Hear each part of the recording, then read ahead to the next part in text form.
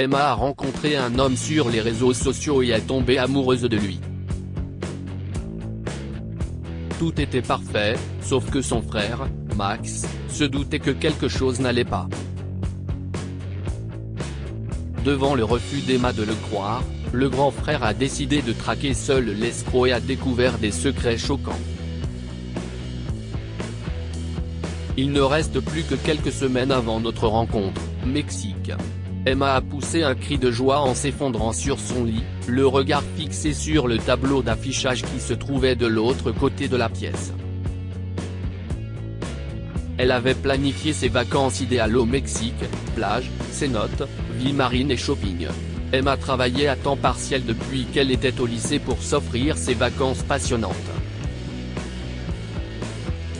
Elle ne voulait pas accabler ses parents de dépenses inutiles et a donc commencé à épargner très tôt. Elle avait toujours rêvé de visiter le Mexique et ne pouvait plus attendre. Les vacances approchaient enfin et il ne lui manquait que quelques centaines de dollars pour réaliser son rêve. Cependant, il y a une chose difficile qui l'a dérangée un peu, elle sera toute seule pendant le voyage. Partir en solo pour des vacances de rêve semblait être une idée cool au lycée, mais plus maintenant. Pendant qu'Emma passait un appel vidéo avec ses amis pour leur raconter son voyage de rêve, l'une d'entre elles lui a alors suggéré de se trouver un petit ami temporaire. Je veux dire, tu sais, juste pour t'amuser, tu pourrais trouver un beau mec en ligne et lui proposer de partir en voyage avec toi? Et ce ne serait pas génial s'il était mexicain? Je veux dire, Emma, ces mecs sont chauds. Emma a soupiré. Je ne suis pas sûre, Stacy, a-t-elle dit. Je ne suis pas d'humeur à avoir une relation et tout le reste, et si ce gars finit par être trop collant et tout ça? Détends-toi, chérie, a dit Stacy en riant. C'est pour ça que j'ai parlé de petit ami temporaire. Pas d'attachement, pas de sentiment, rien. Juste un voyage amusant. Une fois le voyage terminé, vous partez chacun de votre côté.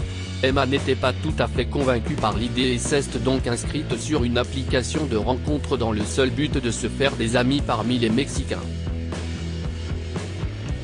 Mais les choses ne se sont pas passées comme prévu. Emma est tombée sur un certain Kevin, qui était très séduisant et très beau sur sa photo. Sa première pensée a été qu'il n'était pas du tout à son goût. Elle était juste en train d'admirer la photo du jeune homme, cependant, elle a accidentellement cliqué à droite sur son profil. Non, non, non. Comment je fais pour annuler ce truc? Elle a paniqué. Quoi? Est-ce qu'il a vraiment fait ça? Emma est surprise que Kevin ait cliqué sur la droite pour une personne d'apparence aussi moyenne qu'elle. Elle a supposé qu'il l'avait fait par erreur, mais il a commencé à lui envoyer des messages et Emma ne savait pas comment réagir. Elle lui a dit que c'était une erreur et qu'elle n'avait pas eu l'intention de cliquer à droite sur son profil. Mais sa réponse lui a donné le vertige. Une erreur? A-t-il écrit. Ah. Alors je suis content que ce soit arrivé parce que tu es magnifique, Emma. Vraiment. J'ai envie de sortir avec toi. L'esprit d'Emma l'avertissait qu'elle allait trop vite, mais Kevin était tellement gentil et avait la langue bien pendue qu'elle en a oublié toute prudence. Elle lui a donc parlé de ses vacances au Mexique et lui a demandé s'il voulait se joindre à elle. Oh, Jen serait ravie. Bien sûr, a-t-il écrit. Je veux dire, je suis mexicain, alors oui. Serait un honneur par ami. Ce serait un honneur pour moi. À partir de ce jour, Emma et Kevin discutaient tous les soirées, avant qu'elle ne le réalise, elle était follement amoureuse de lui. Elle n'avait aucun secret pour lui et elle pensait qu'il en faisait de même. mais Emma se trompait lourdement. Lorsqu'elle a appelé son frère aîné, Max, pour lui dire qu'elle allait passer ses vacances avec un homme rencontré en ligne, il s'est montré très inquiet. Il lui a même conseillé d'amener un ami, mais Emma s'est contentée de dire que son frère aîné était trop protecteur. Allez, Max. J'ai 20 ans. Je ne suis pas une enfant. Je peux me débrouiller toute seule. Tu fais vraiment confiance à ce type que tu n'as jamais rencontré, Emma? Tout ça parce qu'il a dit qu'il aimerait bien être ton guide touristique et tout ça une fois que tu seras au Mexique? Je l'ai vu, et on se parle tous les jours, ok? Arrête de faire la gueule, Max. Écoute, Emma. Je veux juste que tu fasses attention, d'accord? Je ne t'empêcherai pas de vivre ta vie, mais ne perds pas la tête pour un mec au hasard. Ouais, peu importe. Alors tu ne vas pas me demander quand est le voyage? Oui, désolé. Ce sera quand? J'ai encore 3 semaines. Et beaucoup de bagages à faire. L'excitation d'Emma a été interrompue par le long et lourd soupir de Max. Max, tu as l'air fatigué. Qu'est-ce ce qu'il y a? Est-ce que notre projet de dîner en famille est toujours d'actualité? Emma, il faut que je te parle de quelque chose d'important. Viens vendredi. Si est à propos d'Adam. Qu'est ce qui ne va pas avec mon petit champion? Est-ce qu'il va bien? Nous en discuterons vendredi, Emma. À bientôt. Je t'aime. Emma était étudiante à l'université et Max et elle se rencontraient une fois par mois pour dîner. Max travaillait pour une entreprise privée et était un père de famille. Il avait une femme, un fils et de nombreuses responsabilités, tandis qu'Emma était encore célibataire et profitait de la vie. Lorsqu'Emma est allée voir Max pour dîner ce vendredi-là, il lui a dit quelque chose qui lui a fait mal au cœur. Son petit-neveu ne se portait pas bien. Adam avait besoin d'une opération coûteuse et Max n'avait pas assez d'argent pour la payer. J'ai consulté les banques pour un prêt, mais cela prendra du temps, Emma. Je sais que j'ai l'air égoïste en ce moment, mais peux-tu nous aider? Cela me tue de demander, et je ne sais vraiment pas comment le dire, mais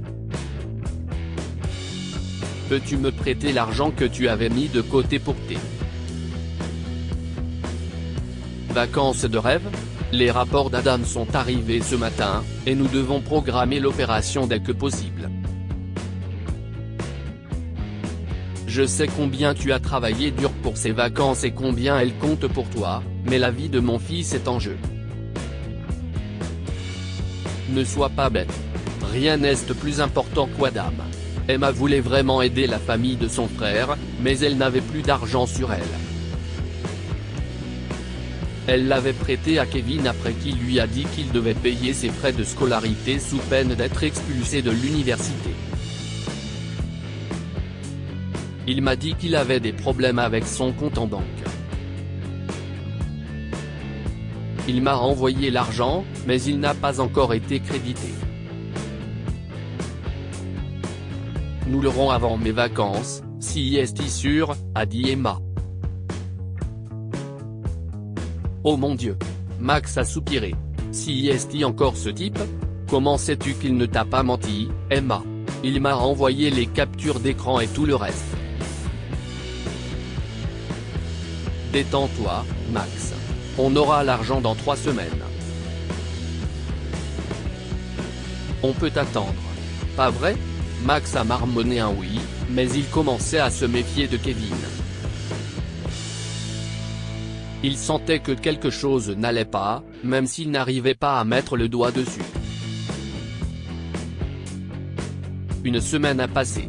Le temps pressait pour l'opération d'Adam, les banques n'avaient pas accordé de prêt et Emma n'était pas revenue vers lui avec l'argent non plus. Max a appelé Emma pour lui demander si Kevin l'a remboursé et elle lui a répondu que l'argent n'a pas encore été crédité sur son compte. Il doit s'agir d'une erreur bancaire, a-t-elle dit. Nous avons encore le temps, Max. Arrête de me faire peur. Est-ce qu'il t'a vraiment dit ça lui-même? Il te trompe, Emma. Tu ne le vois pas? Non, non, il ne m'a rien dit. Mais ça ne veut pas dire qu'il ment. Allez, Max. Je sais que tu n'aimes pas Kevin depuis le premier jour. À ce moment-là, Max était presque sûr que l'argent qu'Emma avait prêté à Kevin ne lui reviendrait jamais. Il avait des doutes sur le fait que Kevin n'était pas la bonne personne, et il commençait à se méfier de plus en plus de lui. Alors, quand Emma est venue chez lui ce soir-là pour rester quelques jours, Max a donc décidé de découvrir la vérité sur Kevin par lui-même. Il savait qu'aucune banque ne mettrait autant de temps à créditer les fonds, d'autant plus que la procédure avait été lancée il y a une semaine. Alors, pendant qu'Emma riait bêtement et envoyait des SMS à Kevin toute la soirée, Max élaborait un plan pour sauver sa sœur de l'arnaqueur. Pendant qu'Emma dormait, Max s'est faufilé dans sa chambre et a pris son téléphone. Heureusement, l'appareil n'avait pas de mot de passe, et il a pu facilement l'utiliser. Il n'a pas cru ses yeux lorsqu'il a lu la correspondance entre Kevin et sa sœur. Il y avait des textes qu'il n'aurait pas dû voir ou lire, des choses très privées, et des choses qui le mettaient en colère. Ce qu'Emma lui avait dit à propos des captures d'écran que Kevin lui avait envoyées et de sa promesse de lui rendre l'argent à temps était vrai, mais Max n'y croyait toujours pas. Ce type doit être en train de l'escroquer pour ce que je ne sais, pensa-t-il en faisant défiler leurs messages. Soudain, une notification est apparue sur l'écran. C'était un nouveau message de Kevin, et bien que Kevin l'ait effacé tout de suite, Max l'a lu. Et maintenant, il savait que Kevin arnaquait Emma. Kevin trompait beaucoup de filles, tout comme il trompait sa sœur. Max était tellement furieux qu'il avait envie d'écraser le téléphone en morceaux. Mais il a remarqué quelque chose. Max a vu l'une des conversations entre Emma et Kevin où ce dernier promettait de venir en ville pour la rencontrer. Max savait qu'il n'aurait pas de meilleure occasion d'attraper Kevin. Il a rendu le téléphone d'Emma et, de retour dans sa chambre, il a créé un faux profil sur l'application de rencontre sous le nom de Suzanne. Il a ensuite choisi une image au hasard sur internet comme photo de profil et a cliqué à droite sur le profil de Kevin. Max a été dégoûté lorsque Kevin a commencé à flirter avec lui, lui disant à quel point elle était belle et d'autres choses du même genre. Alors, tu veux qu'on se rencontre? J'habite. Max a écrit un message dans lequel il parlait à Kevin de leur ville et de son envie d'avoir un vrai rendez-vous. Oh, qui ne voudrait pas sortir avec toi? A écrit Kevin. Regarde-toi, OMG. Je suis désolé. Je parle comme un ivrogne, n'est-ce pas? Mais je ne peux pas m'en empêcher. Tu es si magnifique, Suzanne. Et devine quoi? Je viens bientôt dans ta ville pour un travail. Et si nous nous rencontrions la semaine prochaine? Tu décides de l'heure et du lieu. Bingo. Les pensées de Max se sont bousculées. Il savait qu'il avait réussi à piéger Kevin. Max a dit à Kevin de le retrouver au café où il était censé rencontrer Emma. La seule différence était qu'ils se rencontreraient quelques heures plus tôt. Le jour J, Max était au café au bon moment. Il n'a pas cessé de vérifier sa montre et de regarder par les fenêtres du café, pour trouver Kevin. Quelques instants plus tard, il a vu l'homme traverser la rue et s'approcher de sa table. Max faisait semblant de regarder le menu. Kevin a soupiré en s'asseyant. Je crois que tu t'es trompé de table, mec. Ma copine doit être en retard. Si est sa place. Copine? Max a haussé un sourcil et a levé les yeux. Oui, et tu dois partir, a dit Kevin avec raideur. Max a souri. Mais de quelle copine parles-tu? Emma? Suzanne? Christine? Eh bien, je suis la magnifique Suzanne. Alors qu'est-ce ce qu'on commande, bébé? Le visage de Kevin a pâli. Qui es-tu? A-t-il bégayé en se levant lentement. Tu es. Bon sang. C'était un piège, n'est-ce pas? Mais tout a échappé au contrôle de Max lorsque sa femme Jenny est entrée en trombe dans le café. Elle pensait que Max la trompait avec un autre homme. Alors si est-il lui, n'est-ce pas? S'est-elle emportée? Tu es resté debout toute la nuit à lui envoyer des textos. Je sais ce qui se passe, Max. Je ne voulais pas te suivre ici, mais tu ne m'as pas laissé le choix. Pendant que Max est occupé à essayer de tout expliquer à Jenny, Kevin a disparu du café. On l'a perdu, s'est écrié Max. Oh, Jenny, qu'est-ce ce que tu as fait? Mais la chance n'était pas du côté de Kevin, et alors qu'il traversait la première rue après le café, il est tombé sur Emma, qui n'avait aucune idée de ce qui se passait. Oh, Kevin. Dégage de mon chemin, espèce d'idiote, a-t-il hurlé en la bousculant et en courant, avant d'entrer en collision avec une voiture de police et d'être appréhendé. Les policiers ont identifié Kevin grâce à son portrait robot, et il a été embarqué dans la voiture de police et conduit au commissariat. Max a reçu un appel de l'inspecteur en charge de l'affaire lui annonçant que Kevin avait été arrêté. En entrant dans le café et en voyant Max et Jenny, Emma est encore plus confuse. Elle ne comprenait pas ce qui se passait. Pourquoi ont-ils arrêté Kevin? Qu'est-ce ce qu'il y a, Max? Jenny, que fais-tu ici et pourquoi pleures-tu? Qu'est-ce ce qui se passe? Écoutez, Emma, Jenny, a dit Max, je vous expliquerai tout plus tard, mais d'abord, il faut qu'on aille au commissariat.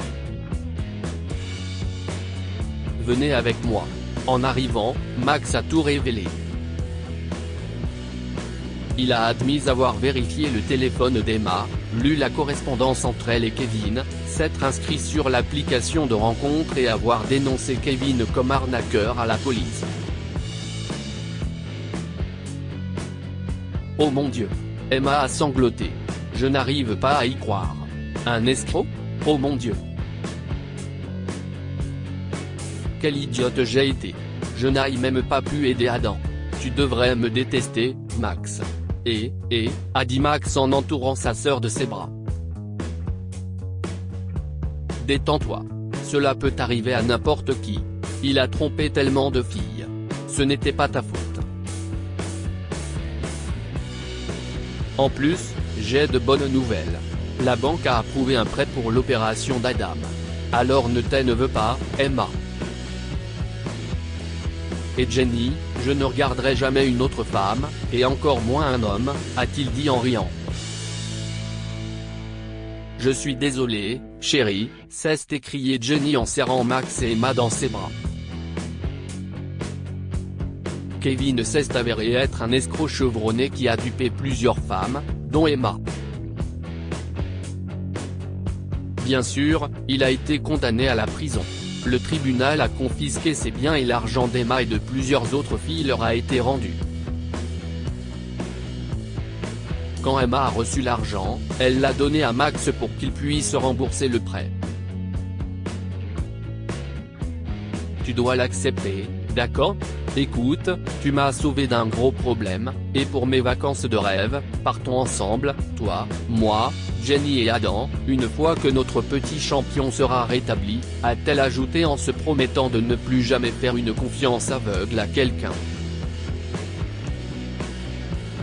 Que pouvons-nous apprendre de cette histoire? Si quelque chose semble trop beau pour être vrai, si est probablement le cas, et il vaut mieux être prudent. Kevin semblait être un homme gentil, serviable et follement amoureux d'Emma, mais lorsque Max a commencé à enquêter sur lui, il a découvert à quel point Kevin n'était pas sincère. Ne faites jamais confiance à quelqu'un d'autre qu'à ceux qui vous aiment et qui s'occupent de vous. Max a su que quelque chose n'allait pas chez Kevin dès qu'il en a entendu parler, mais Emma ne l'a cru que lorsqu'elle l'a vu de ses propres yeux. Partagez cette histoire avec vos amis. Elle pourrait égayer leur journée et les inspirer.